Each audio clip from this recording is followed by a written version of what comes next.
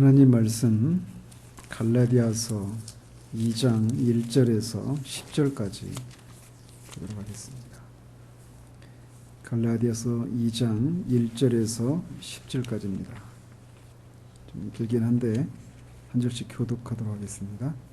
14년 후에 내가 바나바와 함께 디도를 데리고 다시 예루살렘에 올라갔나니 계시를 따라 올라가 내가 이방 가운데서 전파하는 복음을 그들에게 제시하되 유력한 자들에게 사사로이 한 것은 내가 다른지라는 것이나 다른지라는 것이 헛되지 않게 하려 함이라. 그러나 나와 함께 있는 헬라인 디도까지도 억지로 할례를 받게 하지 아니하였으니 이는 가만히 들어온 거짓 형제들 때문이라.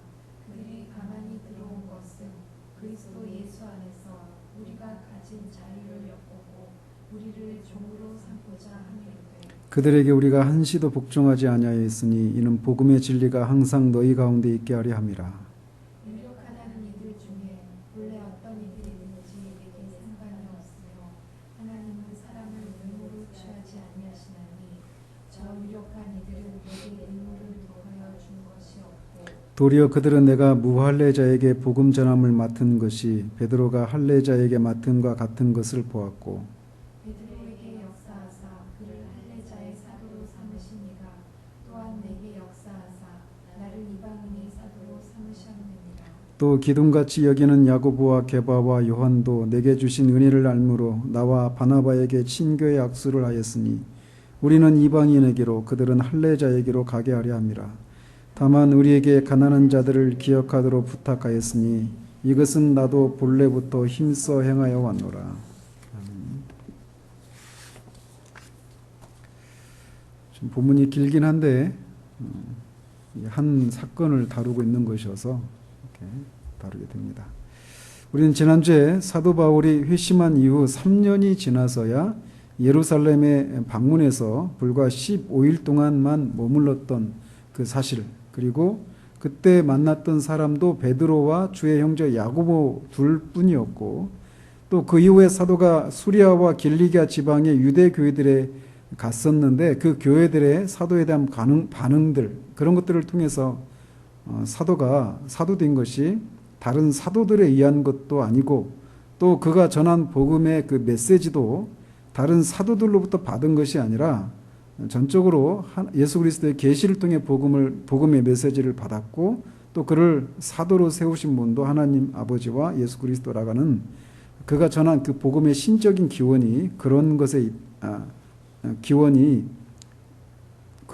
그런 것을 통해 그가 전한 복음의 신적인 기원에 대해 우리가 살펴보았습니다.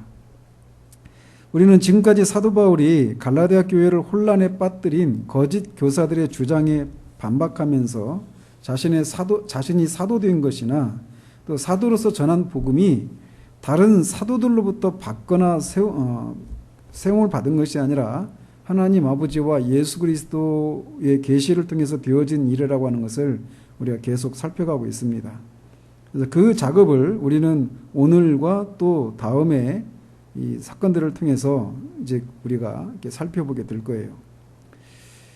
그래서 오늘 또 우리는 계속해서 사도의 사도됨과 그가 전한 메시지가 다른 사도들과 다르지 않다라고 하는 이 사실을 이제 오늘 본문을 통해서 그가 제시하고 있는 것을 살펴보게 됩니다. 오늘 이 본문의 특이한 것은 지금까지는 그가 사도가 된 것이 하나님 아버지와 예수 그리스도로 말미암아서 된 것이고 그가 받은 복음도 사도들로부터 받은 것이 아니다 라고 하는 어떤 자신의 그 사도됨과 받은 복음의 신적인 기원, 사람과 특히 그 예루살렘에 있는 사도들과 아무 상관이 없다라고 하는 것에 이렇게 포커스를 두어서 이렇게 변증을 하고 있다라면 오늘은 그 예루살렘에 있는 사도들이 받은 복음과 자신이 전한 복음이 똑같은 복음이다라고 하는 것을 이제 입증하는 그 장면에 우리가 서게 되었습니다.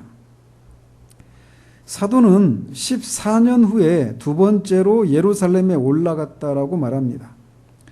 여기서 말하는 14년이 어떤 것을 기점으로 보느냐에 따라서 어떤 사람은 그의 회심의 때로부터 14년 후 이렇게 말을 해야 된다고 그것을 의미한다고 말하고, 또 어떤 사람들은 앞에 이어지는 내용에 이어서, 즉 예루살렘에 올라갔다가 수리아와 길리기아 지방으로 간 후로부터 14년 이렇게 말을 해야 된다라고 주장합니다.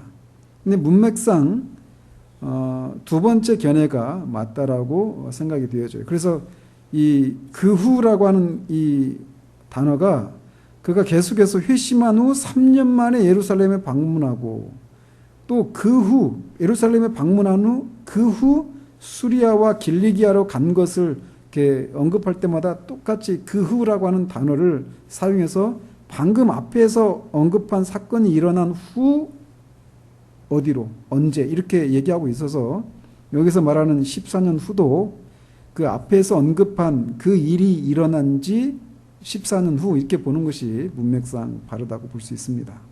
즉 그가 예루살렘에 처음 방문했다가 수리아와 길리기아 지방으로 간 지 14년 만에 다시 예루살렘을 방문했다라고 말하고 있는 거예요. 그런데 그의 이 두 번째 방문이 그 사도행전 15장에서 언급하고 있는 그 방문인가에 대해서 그런 그 방문과 똑같은 방문이다라고 보는 견해가 있는가 하면, 그것과는 다른 때에 이루어진 방문이라고 주장하는 두 가지 견해가 또 나뉩니다. 그 사도행전 15장에서 말하는 그 교회 회의라고 하는 것은 지금 갈라디아서에서 다루고 있는 그 주제예요. 갈라디아서를 쓰게 된 배경은 이방인들이 어떻게 완전한 구원에 이룰 수 있는가라고 하는 것에 대해서, 사도가 예수 그리스도를 믿음으로만 완전한 구원에 이른다라고 하는 이 주장에 대해서 거짓 그 선생들이 들어와서 율법을 믿음으로만 충분하지 않고 율법을 지켜야 된다라고 하는 그런 문제 때문에 갈라디아서를 쓰게 되었는데, 사도행전 15장에서 예루살렘에서 교회 회의가 처음으로 모여져서 다뤘던 주제가 바로 그 주제거든요. 그래서 여기서 말하는 이 다시 예루살렘에 올라갔다라고 말하는 이것이 그 사도행전 15장에서 말하는 그 교회 회의에 참여하기 위해서, 즉 이방인이 모세 율법과 이방인이 그 구원을 받는 것은 어떤 관계가 있는가, 이 문제를 다루는 그 회의에 참석하기 위해서 방문한 것이었다라고 말하는 사람이 있는데, 문맥상 그렇지 않다라는 겁니다. 왜 그러느냐? 사도가 여기서 말하고 있는 방문은 사도행전 15장에서 언급하고 있는 회의와 다른 방문으로 보여지는데, 그것은 다른 방문이고 또 그것보다 앞에 이루어진 방문이다라고 우리가 생각하는 것이 타당한다라는 겁니다. 왜냐하면 만약 사도가 예루살렘에 두 번째 방문한 것이 바로 그 사도행전 15장에서 언급하고 있는 방문이었다고 한다면, 사도는 분명히 갈라디아서에서 그 회의에서 결정된 것을 언급하는 것으로 충분했을 거예요. 왜냐하면 그 사람들, 그 갈라디아 교회에 들어온 갈라디아 교회뿐만 아니라 이방 교회들에 막 여기저기 사도가 전했던 복음을 전했던 교회들마다 다 찾아가가지고 이런 유대주의자들이 그런 분탕질을 했는데, 그들이 사도의 권위를 예루살렘에 있는 사도들보다 못하다라고 하는 이런 공격을 했거든요. 그래서 그들이 전한 복음과는 다른 내용을 전하고 있다, 이렇게 공격을 하고 있는데, 사도행전 15장에서 그 예루살렘의 공회가 모여져서 거기서 그런 결정이 내려졌다라고 하는 것을 언급하면 그걸로 끝나잖아요. 그런데 그 사실을 언급하고 있지 않단 말이죠. 즉 그 일이 이루어지기 전에 방문한 것이었다, 이렇게 보는 것이 맞다라는 겁니다. 또한 사도행전 15장에서 이방인이 구원을 받는 길이 믿음의 율법을 지키는 것을 더해야 되는지 아니면 믿음으로 충분한지에 대해서 논하기 위해서 예루살렘에 이제 바울과 바나바가 올라가는데, 그때 올라갈 때는 그 안디옥 교회에 있을 때예요. 근데 안디옥 교회에 있는 형제들이 이 문제를 예루살렘에 있는 사도들과 논의를 할 필요성을 느끼고 바울과 바나바를 보내기로 형제들이 결정해서 이렇게 올라갑니다. 그런데 2절에 보면 이 두 번째 방문이 사도가 계시를 따라 올라갔다라고 말하고 있단 말이에요. 어떤 교회의 어떤 협의, 형제들의 그런 토론의 결과로 어떤 것이 결정돼서 올라간 것이 아니라 계시를 따라 올라갔다라고 말하고 있다는 겁니다. 이 계시가 어떤 것을 의미하는지에 대해서도 어떤 사람들은 사도행전 11장 27절에 예루살렘에서 온 아가보라고 하는 선지자의 예언을 따라서 올라갔다라고 그 예언을 의미한다라고 말합니다. 거기에 보면 이 아가보라고 하는 선지자가 예루살렘에 와서 예루살렘에 큰 기근이 있을 건데 안디옥 교회가 헌금을 해서 그들을 도울 필요가 있다라고 하는 것을 안디옥 교회가 그 예언을 듣고 이제 자각하고 바울과 바나바가 예루살렘에 올라간 적이 있어요. 그런데 이번 방문 시에는 근데 뒤에 이제 보면 우리가 알 수 있지만 그 10절에 보면 헤어지면서 우리에게 가난한 자들을 기억하도록 부탁했다. 즉 가난한 자들을 구제할 것을 언급하고 있는데 만약에 이 두 번째 방문에서 이 두 번째 방문이 11장에서 언급하고 있는 그 방문이라면 굳이 이 얘기를 할 필요가 없겠죠. 그죠? 구제헌금을 가지고 갔었을 거니까. 그래서 그 사도행 11장에서 말하는 그 방문도 아닐 거다. 아닌 것으로 우리가 보는 것이 타당합니다. 그래서 이 방문이 언제적의 방문인지는 정확히 몰라요. 그런데 분명한 것은 최소한 사도행전 15장에서 이방인과 율법과의 관계를 논하기 위한 그 교회회의에 참여하기 위한 그런 방문은 아니었다라고 하는 것입니다. 아무튼 그 일 이전에 있었던 방문이었어요. 그런데 이 두 번째 방문에서 동반했던 사람이 바나바와 디도였다라고 말을 하고 있습니다. 특별히 이 바나바는 계속해서 바울이 처음에 예루살렘에 회심하고 처음 갔을 때도 바나바의 도움을 받았죠. 바나바가 항상 바울과 동행하면서 바울이 그 주님을 만난 일, 바울이 그 복음을 전해서 어떤 이방 교회에서 어떤 일들이 일어났는지 이런 것들을 다른 예루살렘 교회 사도들과 교회에게 알리는 일이 있어서 굉장히 중요한 역할들을 했는데 이번 방문에 특별히 동반했던 사람이 디도였다라고 하는 것이 매우 큰 의미가 있다라는 겁니다. 디도는 3절에서 알 수 있듯이 헬라인이었습니다. 디모데는 어머니와 외할머니가 유대인이었지만 디도의 경우에는 순수한 헬라인이었어요. 아마도 그런 안디옥 출신 헬라인이었는데 유대인의 입장에서 보면 디도는 이방인이었어요. 완전한 이방인. 그런데도 그는 사도와 예루살렘에 같이 동반했는데 그것은 이 디도가 안디옥에서 바울의 복음을 듣고 회심했을 뿐만 아니라 바울의 동역자로 신임을 받고 있었던 그런 사람이었다라고 하는 것을 알 수 있습니다.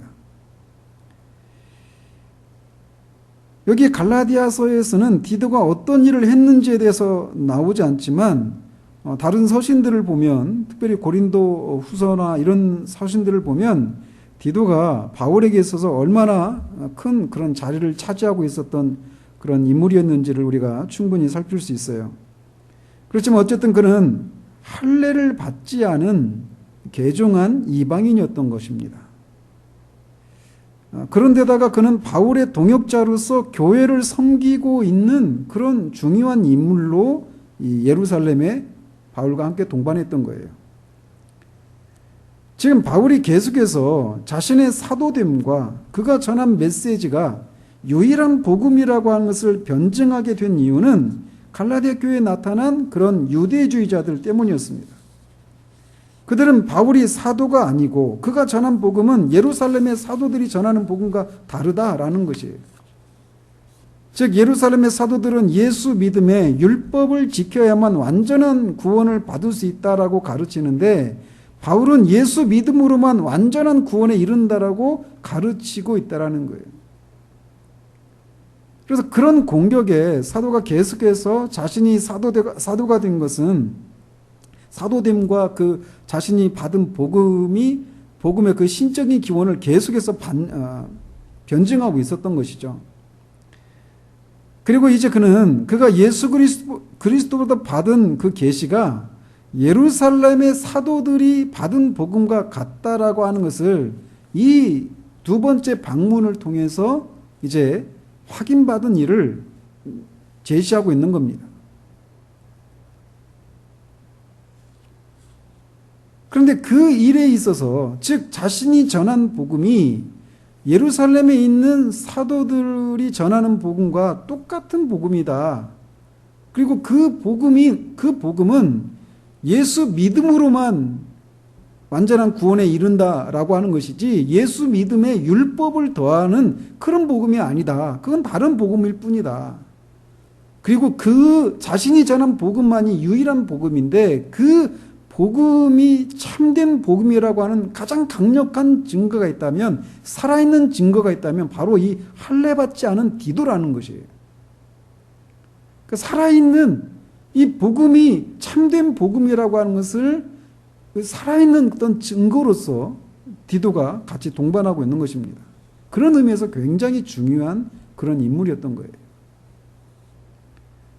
사도 바울이 예루살렘에 올라가서 가장 먼저 한 일은 2절에 보면 그들에게, 즉 뒤에서 언급하고 있는 베드로와 요한과 야고보 사도에게 자신이 이방 가운데서 전파하는 복음을 제시하는 일이었어요. 바울은 그들을 공적인 자리에서 만나서 자신이 전하는 복음이 어떤 복음인지를 그들에게 제출한 것이 아니라 사사로이, 즉 개인적인 자리에서 그가 이방인에게 전파하고 있는 복음이 무엇인가를 설명했습니다. 아무도 바울은 공적인 그런 자리에서 율법 없는 자신의 복음을 제출하게 되면 이 대중적인 압력을 받을 수 있을 것을 고려하고 사적인 모임 속에서 그들에게 자신이 전하고 있는 복음을 그들에게 제출했던 것으로 보여집니다. 아마 그런 시간을 가져서 자신이 전하고 있는 복음을 충분히 설명할 수 있을 뿐만 아니라 사도들로부터 더욱 공감을 살 수 있었기 때문이었을 거예요. 그런데 더 근본적인 원인을 사도가 언급하고 있는데 그것은 자신이 다름질하는 것이나 다름질한 것이 헛되지 않게 하려 함이다라고 말하고 있습니다. 즉 그가 전하고 있는 복음, 그리고 또 전했던 그 복음들이 헛된 것이 아니라고 하는 것을 예루살렘의 사도들로부터 확인을 받기 위해서 그렇게 사사로이 자신이 전하고 있는 복음을 그들에게 제시했다라고 말하고 있어요. 즉 이 말이 바울이 자신이 전하는 복음이 과연 맞는지에 대해서 어떤 회의나 의심이 들어서 자신이 없었기 때문에 예루살렘의 사도들의 어떤 추인을 받을 필요가 있어서 그들을 찾은 것이 아니었습니다. 그가 전하는 복음이 예루살렘의 사도들로부터 독립적으로 오직 예수 그리스도의 계시를 통해 받은 것이었지만 복음이 가지는 공동체적인 성격 때문에 바울은 자신의 복음의 독립성을 주장하면서도 그 예루살렘에 있는 사도들의 권위를 인정하고 그들에게 자신의 복음을 설명할 필요를 느꼈던 것이죠. 부활하신 그리스도께서 전해준 복음이라면 그것을 누가 받았느냐 하는 문제와 관계없이 모든 사람들에게 용납되어야 하고 인정되어야 할 그런 보편성을 가져야 하는 것이죠. 더욱이 기독교의 기초를 놓았던 바울보다 먼저 된 사도들이 예루살렘의 생존에 있었기 때문에 그들에게 인정을 받는 것은 바울의 사역을 보다 용이하게 만들었을 뿐만 아니라 그가 처음 복음을 전할 때는 그 공격받지 않았던 그 반대자들의 비판 앞에서도 자신을 변호하는 어떤 그런 변증적인 그런 목적에도 부합했기 때문에 사도는 그들을 찾아갔던 것입니다. 그래서 그가 처음 복음을 전했던 시점에는 그가 어느 누구에게도 자신의 복음을 제출한 적이 없었지만 이제 이렇게 생겨난 그런 반대자들로 인해서 그는 자신의 복음을 예루살렘의 지도자들과 함께 공유하고 그들과 보조를 맞춰야 할 때가 온 것이었습니다. 그런 이유로 그는 계시를 받아서 예루살렘에 올라간 것이었고 그들에게 사사로이 이방인들에게 전하고 있는 복음이 어떤 내용인지를 그렇게 제출을 했던 것입니다. 그리고 말씀드린 것처럼 그가 이렇게 말을 통해서 그가 이방인에게 전하고 있는 복음이 무엇인가를 그 예루살렘의 사도들에게 설명했을 뿐만 아니라 같이 데리고 간 헬라인 디도를 통해서도 그가 전하고 있는 복음이 무엇인가를 살아있는 실물을 통해서 보여주고 있는 것입니다. 왜 그렇게 말할 수 있는가? 그 이유는 이렇습니다. 사도가 이렇게 디도를 예루살렘에 데리고 갔을 때 그 디도를 향한 두 부류의 그런 반응들이 있었어요. 한 부류의 사람들은 디도가 할례를 받지 않은 이방인 기독교인이라고 하는 것을 알고 그에게 할례를 받게 해야 한다라고 주장했던 유대주의자들이었습니다. 바울은 그들이 가만히 들어온 거짓 형제들이다라고 말을 하고 있는데 그 사람들이 예루살렘에 굉장히 많이 있었어요. 그 사도행전 21장에 보면은 그들이 폭동을 일으킬 정도로 굉장히 많이 그 바리새파 유대인들이 굉장히 많이 포진을 하고 있었죠. 아무튼 그런 한 그룹이 있었어요.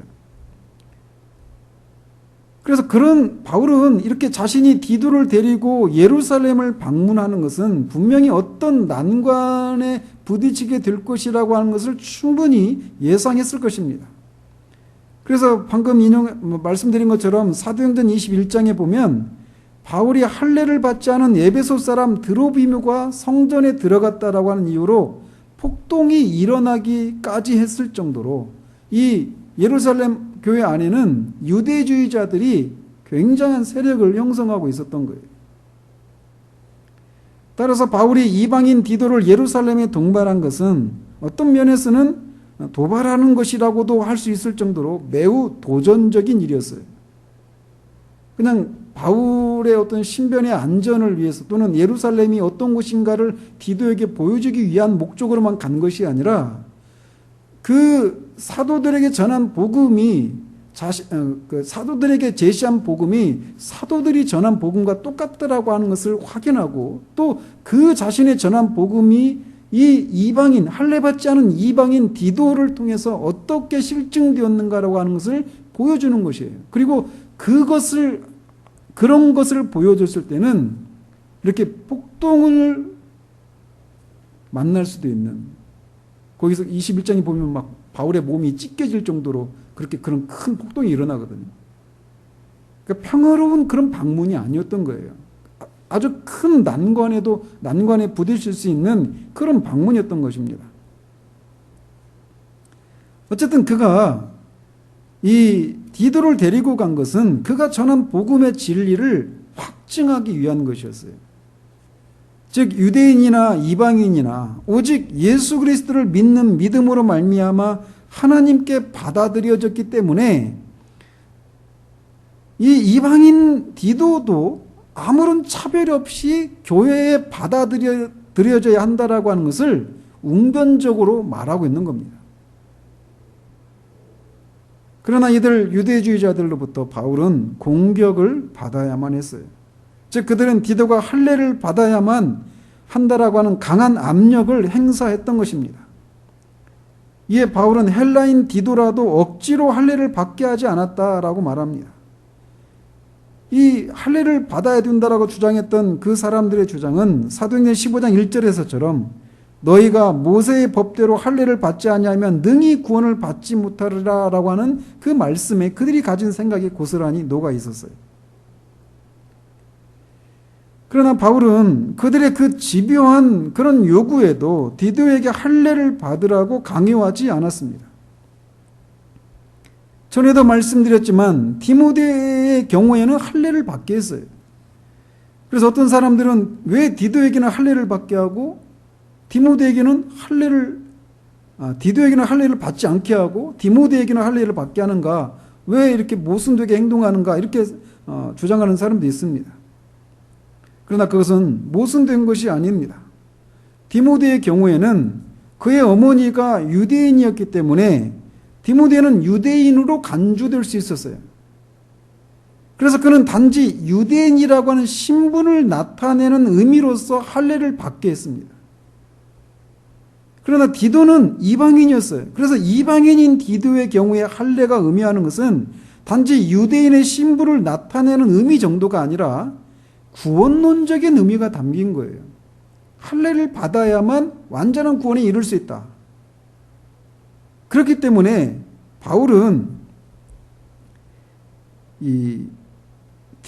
이방인인 디도가 할례를 받는 것은 구원론적인 의미가 담겨 있는 것이기 때문에 그 할례를 받음으로 온전한 구원에 이를 수 있다라고 하는 그 주장을 받을 수가 없었던 것입니다. 유대주의자들은 5절에서 바울이 한시도 복종하지 않았다라고 말하는 것을 보아서 집요하게 디도에게 할례를 받아야 한다라고 강요한 것으로 보입니다. 바울은 유대주의자들이 그렇게 집요하게 디도에게 할례를 받게 하려고 했던 이유가 무엇인지를 간파했습니다. 그는 4절에서 그들이 가만히 들어온 것은 그리스도 예수 안에서 우리가 가진 자유를 엿보고 우리를 종으로 삼고자 함이로되 라고 말합니다. 이방인인 디도에게 할례를 받으라고 강요하는 이 거짓 형제들은 가만히 들어온 자들이었습니다. 그들이 가만히 들어온 이유는 바울과 그의 일행들이 누리는 자유를 엿보고 그들을 율법의 종으로 삼기 위함이었습니다. 사도가 여기서 자유와 종노릇이라고 하는 두 가지 서로 상반된 단어를 언급하고 있는데 이 자유 또 종노릇 이것은 갈라디아서에서 다루고 있는 핵심 주제 중에 하나입니다. 핵심 주제예요. 바울이 여기서 언급하고 있는 자유는 율법으로부터의 자유를 말합니다. 그래서 여기 이 사건을 이 두 번째 방문을 통해서는 이 구원론적인 문제로 연결된 할례를 언급하고 11절 이하에서는 이방인들과의 식탁교제, 즉 식탁교제는 그러니까 이 할례 문제는 할례를 받아야만 완전한 구원에 이를 수 있다. 이렇게 해서 할례는 이 구원론적인 그런 문제와 연결된 그 주제이고 율법의 한 측면이고 이방인들과의 식탁교제 이거는 구원론적인 의미라기보다는 어떤 것에 가까운 거냐면 그리스도인의 윤리 혹은 그리스도인의 삶과 관련되어 있는 것이라고 할 수 있어요.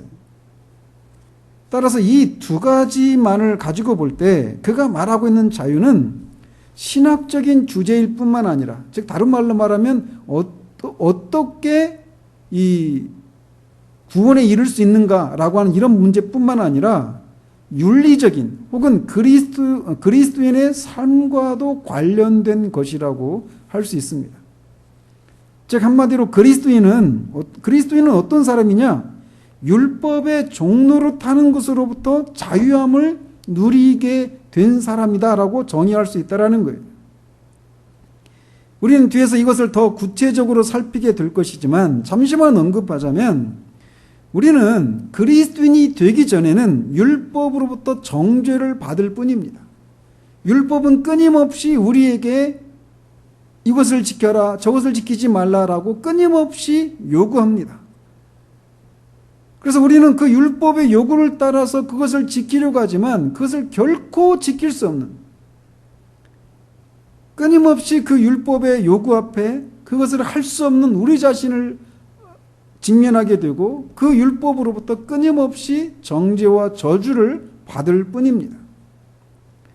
그런 의미에서 우리는 그리스도인이 되는 것, 율법을 지킴으로 의롭게 되는 이 일에서 우리는 결코 자유를 누릴 수가 없어요. 그런데 그리스도인은 그런 의미에서의 율법으로부터 자유함을 받았다라는 것입니다. 어떻게요? 그 율법의 요구를 우리 주 예수 그리스도께서 십자가에서 대속의 죽으심을 죽으심으로 또 우리를 대신해서 율법을 지키시는 그것을 우리가 믿는 믿음으로 말미암아 그 자유함 가운데 우리가 거할 수 있게 됩니다. 근데 뿐만 아니라 우리가 그리스도인이 되기 전에도 우리가 율법으로부터 자유하지 못할 뿐만 아니라 그리스도인이 된 이후에도 우리는 율법이 요구하는 의로운 삶을 살아가는 일에 있어서도 우리는 자유하지 못해요. 왜냐하면 우리 안에는 그런 능력이 없기 때문에 그래요. 율법의 요구를 예수 그리스도의 그 대속의 죽으심과 사심을 통해서 우리가 율법의 그 그리스도를 믿음으로 율법으로부터 자유함을 얻었다 하더라도 구원받은 그리스도인이라 하더라도 여전히 율법의 그 의를 따라 사는 삶을, 거룩한 삶을 살 수가 없다라는 것입니다. 그런데 그런 삶으로부터도 우리는 자유할 수 있는데, 그게 뭐냐? 예수를 믿음으로 우리 안에 성령님이 내주하시고, 우리 안에 내주하시는 성령의 능력으로 우리가 그 율법의 의를 이루는 삶을 살 수 있게 된다라는 거예요. 그래서 우리가 율법으로부터 자유함을 받는다라고 말할 때는 두 가지 측면이 있는 거예요.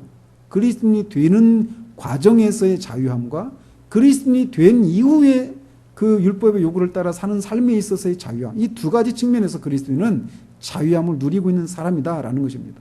우리는 그 내용을 이제 살필 거예요, 앞으로 더 구체적으로. 그런데 사도는 지금 교회에 가만히 들어온 거짓 형제들이 바울과 그의 일행들이 가지고 있는 자유함을 엿보고 있다라고 말을 하고 있어요. 그러면서 여기서 우리가 가진 자유라고 하는 말이, 가진이라고 하는 말이 현재형으로 사용하고 있어서 지금 현재적으로 그 자유함을 누리고 있다라고 하는 것을 시사해 주고 있습니다. 여기서 우리는 한 가지 또 중요한 진리를 발견하게 되는데, 정상적인 그리스도인은 현재적으로 이렇게 자유함을 누리고 있어야 한다라는 거예요. 이 거짓 형제들은 가만히 들어와서 바울과 그의 일행들을 엿보았습니다. 즉 그들이 어떻게 행동하나라고 하는 것을 몰래 지켜본 거예요. 즉 바울 일행이 이 사람들을 의식하고 짐짓 자유함을 누리고 있다라고 하는 것을 보여준 것이 아니라, 단지 그들이 복음의 진리를 온전히 깨달은 것에서 오는 자연스러운 자유함을 누리고 있을 때 그들이 그것을 본 겁니다.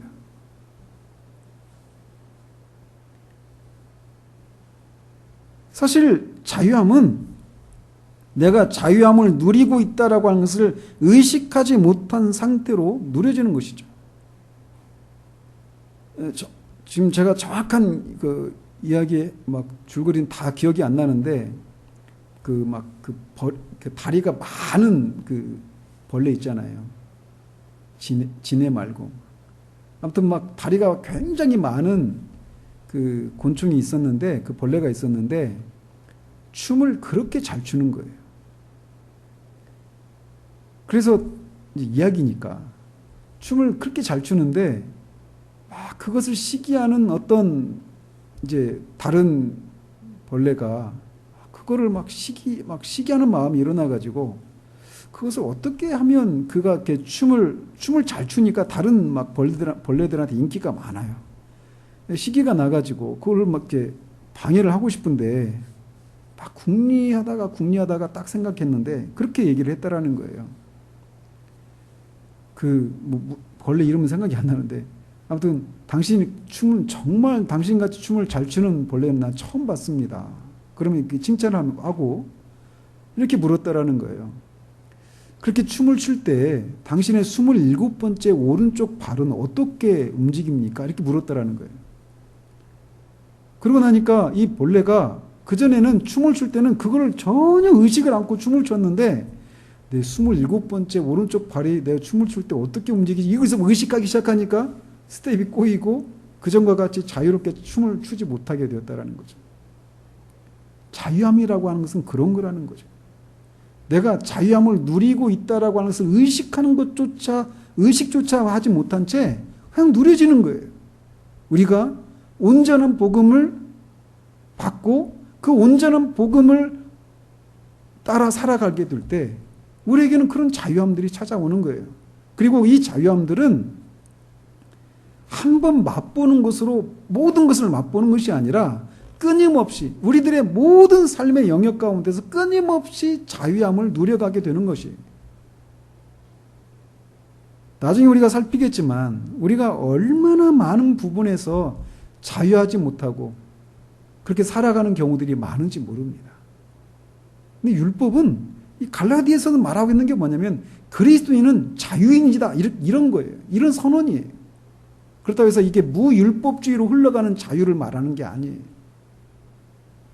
참된 정상적인 그리스도인들은 이 자유함을 누리게 되는 거예요. 지금 바울과 그 일행들이 다른 몰래 들어온 사람들이 자신의 행동들을 막 이렇게 예의주시하고 있는 것을 의식하지도 못한 채 그냥 그들이 대화하고 만나고 막 살고 있는 그런 모습을 보면서 그들을 지켜봤던 이 몰래 들어온 사람들이 그들이 자유함을 누리고 있는 것을 본 거예요.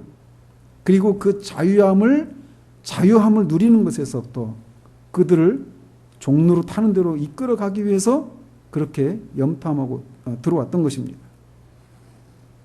아무튼 바울은 그들의 의도를 간파했습니다.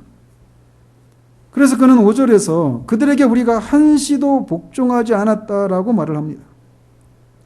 바울이 그렇게 한 이유는 이는 복음의 진리가 항상 너희 가운데 있게 하려 함이라 라고 말합니다. 바울이 유대주의자들의 요구에 복종하지 않은 것은 결국 복음에서 은혜를 제거해서 자유함을 누리지 못하게 되는 것이었는데 그 자유함을 누리지 못하는 그 일은 바울과 그의 일행과만 관계가 있는 것이 아니라 바울에게서 복음을 들은 갈라디아 교회와도 깊은 연관이 있는 것이라는 거예요. 즉 사도는 자신이 전하는 복음의 진리를 어떤 상황에서도 타협하지 않는 일관성을 유지하고 있는 것입니다.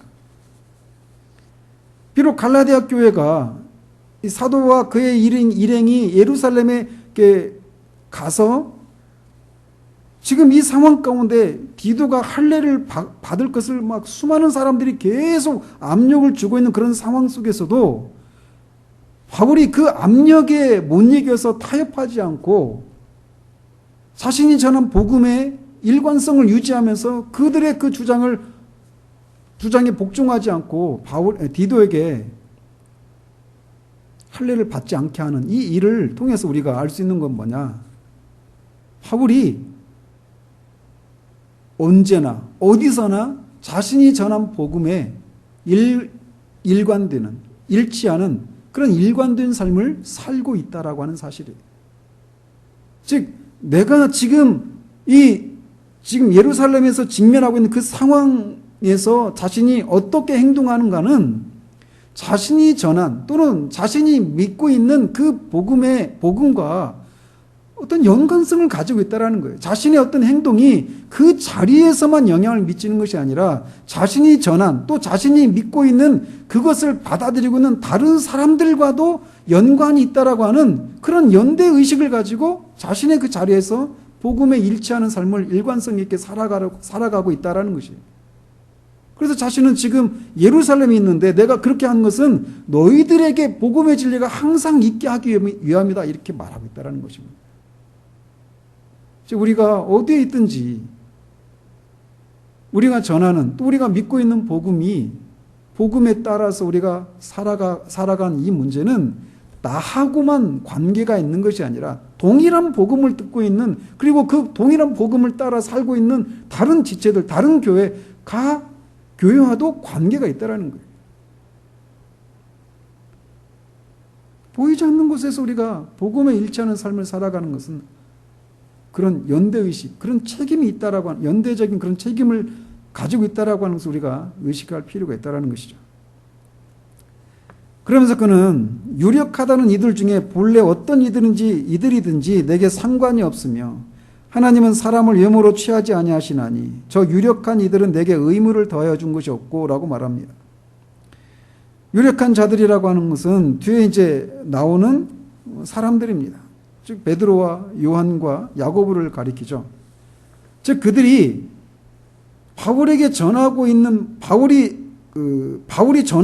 복음 위에 다른 것을 더해야 한다, 더 전해야 한다라고 더해준 것이 없다라고 말을 하고 있는 거예요. 바울이 이런 말을 하는 것은 지금 갈라디아에 들어온 거짓 선생들은 예루살렘의 유력한 사도들의 권위에 의지해서 바울이 전한 복음이 잘못되었다라고 주장하고 있기 때문에 특별히 이 말을 하고 있는 것입니다. 즉 예루살렘의 사도들은 바울보다 더 먼저 사도가 되었고 주님과 동행했던 사람들로서 바울에 비해서 교회로부터 더 큰 권위를 인정받고 있었다라는 거죠. 그런데 그런 것에 의지해서 그런 더 높은 권위를 가지고 있는 사람들보다 바울이 못하다 이렇게 공격을 받고 있는 것에 대해서 이렇게 반박을 하고 있는 거예요. 우리가 흔히 우리보다 더 높은 권위를 갖고 있는 사람의 말에 더 무게가 있잖아요. 그죠? 그런데 사도는 그것을 개의치 않고 있어요. 사도는 그 유력하다고 하는 사람들이 누구든지 자신은 개의치 않는다라는 거예요. 왜? 하나님은 사람을 유모로 취하지 않으시니까. 그렇다고 해서 그들을 무시하는 건 아니에요. 그럼에도 불구하고 그가 지금 예의주시하고 있는 건 뭐냐? 예수 그리스도의 계시, 예수 그리스도로부터 계시를 받은 것, 이것이면 충분하다는 거예요. 즉 다른 사람들이 보기에 더 큰 권위를 갖고 있는 사도들이라 하더라도 자신이 그렇게 개의치 않는다라는 거예요. 그리고 그 유력하다고 하는 그 사도들도 자신에게 또 다른 어떤 의무를 더해주지 않았다라는 것입니다. 우리는 이 사실에서 우리가 어떤 것이 진리인가 아닌가에 대해서 우리가 알려고 할 때 우리는 여러분들 같은 경우는 저한테 제가 하는 말과 일치하는지 아닌지를 가지고 여러분이 가지고 있는 생각이 옳은지 아닌지를 생각하려고 하는 그런 경향들을 가집니다. 그런데 사도의 이 태도에서 우리가 배워야 될 것은 베레아 사람들이 취했던 그 태도라는 것이에요.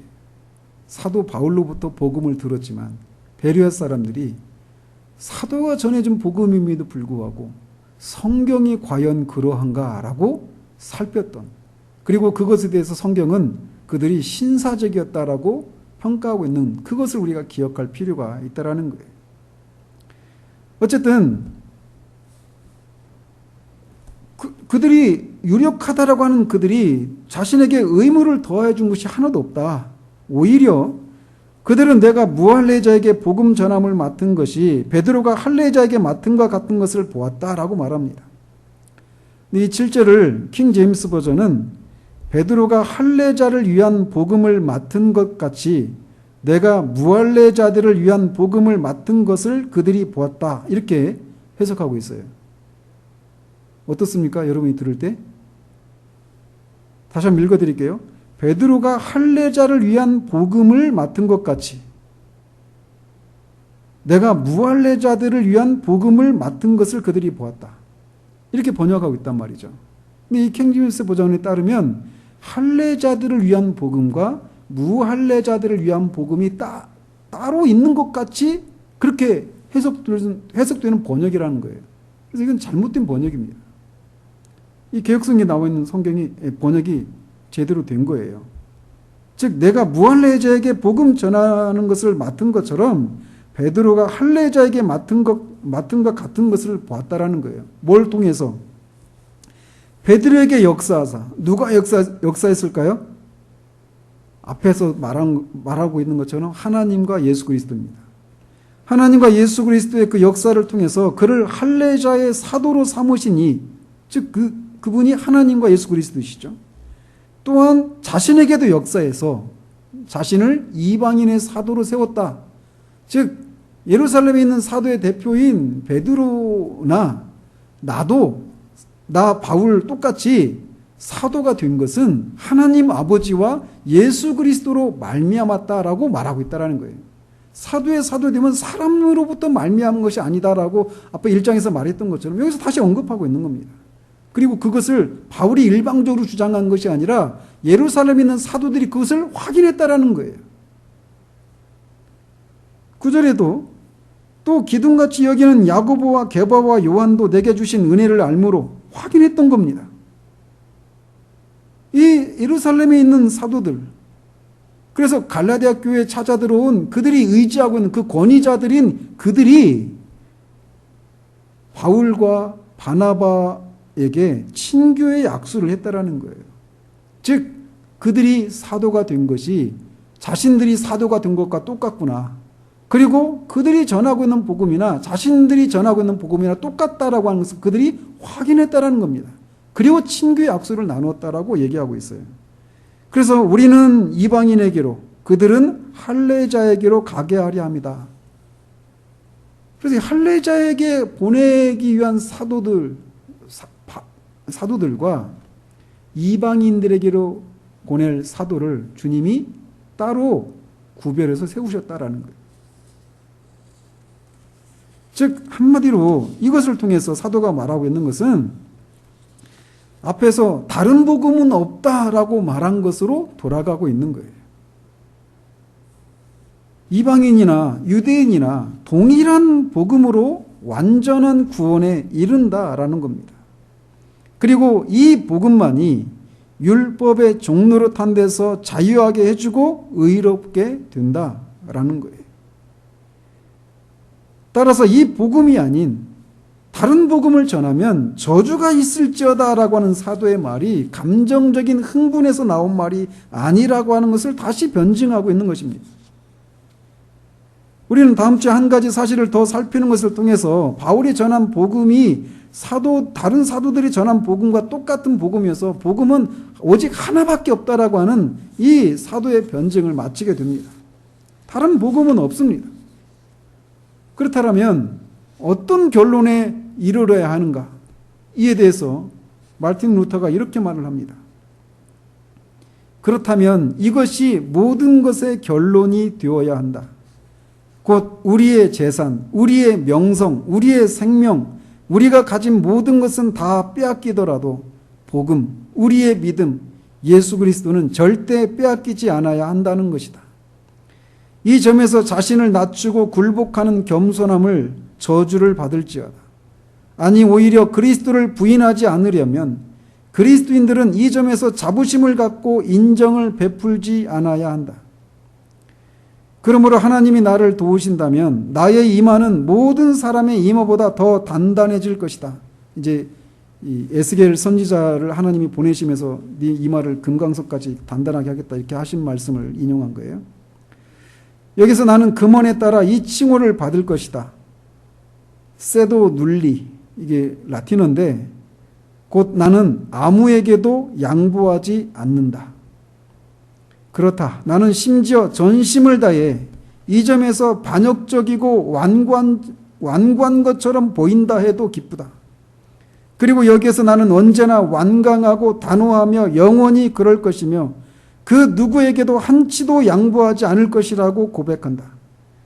사랑은 양보한다. 모든 것을 참으며 모든 것을 믿으며 모든 것을 바라며 모든 것을 견디느니라 라고 되어 있기 때문이다.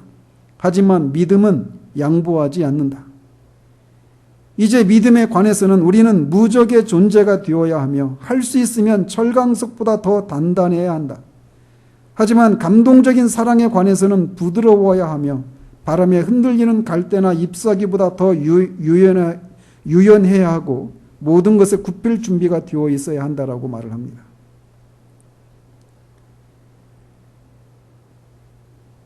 저 이번 주에 유튜브에서 우연히 이렇게 연관돼서 어떤 동영상들이 뜨잖아요. 근데 그 동영상의 그 제목이 왜 목사들이 그렇게 타락하는가 이런 뭐 비슷한 제목이었어요. 근데 그 단지 왜 목사들이 그렇게 죄를 많이 짓는가 이 문제만을 다룬 것이 아니라 왜 교인들이 그렇게 죄를 많이 짓는가 그런 얘기를 하면서 어떤 실제적인 얘기들 어떤 목사가 교회에서 일어나던 죄들 막 그런 것들을 언급을 하면서 그런 질문을 던지면서 이렇게 진단을 하는 것을 봤어요. 그거 보면서 얼마나 막 속에서 끓어오르든지. 첫 번째는 세 가지 원인을 들어요. 뭐냐? 죄를 지을 수밖에 없는 것이 당연한 신학. 그러니까 신학이 잘못되어서라는 거예요. 그러면서 잘못된 신학의 내용들이 뭐냐? 세 가지를 드는데 죄를 지을 수밖에 없는 것이 당연한 신학. 그러니까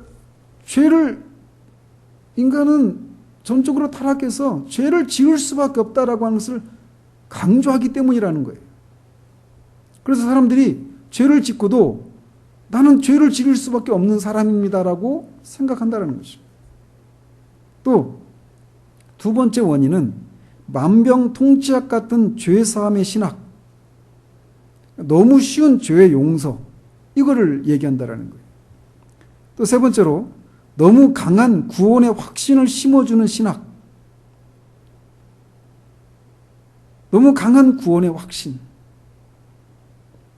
이 세 가지 이유 때문에, 이 잘못된 신학 때문에 목사가, 교회가 그렇게 많은 죄를 짓는다라고 하면서 얘기를 하는 거예요.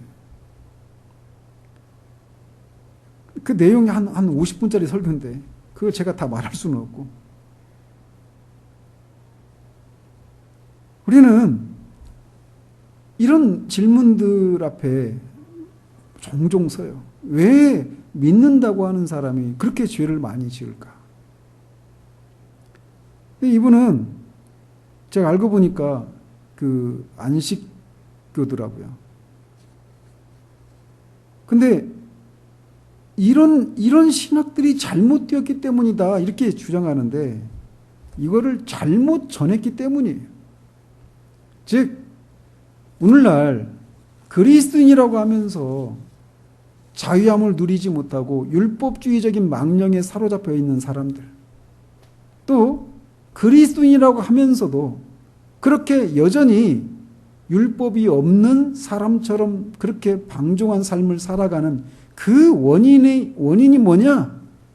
바울이 전했던 이 유일한 복음, 오직 예수 믿음으로만 의롭게 된다라고 하는 이 복음을 바르게 전하지 않았기 때문에 그래요.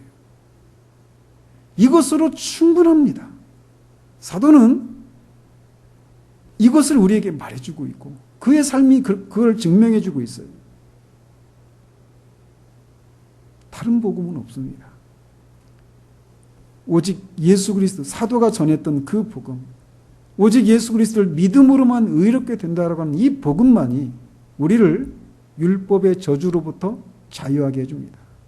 이 복음만이 우리를 방종주의로부터, 율법주의로부터 우리를 자유하게 해줘요. 다른 복음은 없습니다. 사도가 전한, 바울이 전한 복음이나 예루살렘에 있는 그 유력한 사도들이 전한 복음이나 똑같습니다. 그들이 사도된 것이나 바울이 사도된 것이나 그 기원이 똑같습니다. 다른 복음은 없습니다. 오직 유일한 복음만이 있을 뿐입니다. 기도하겠습니다.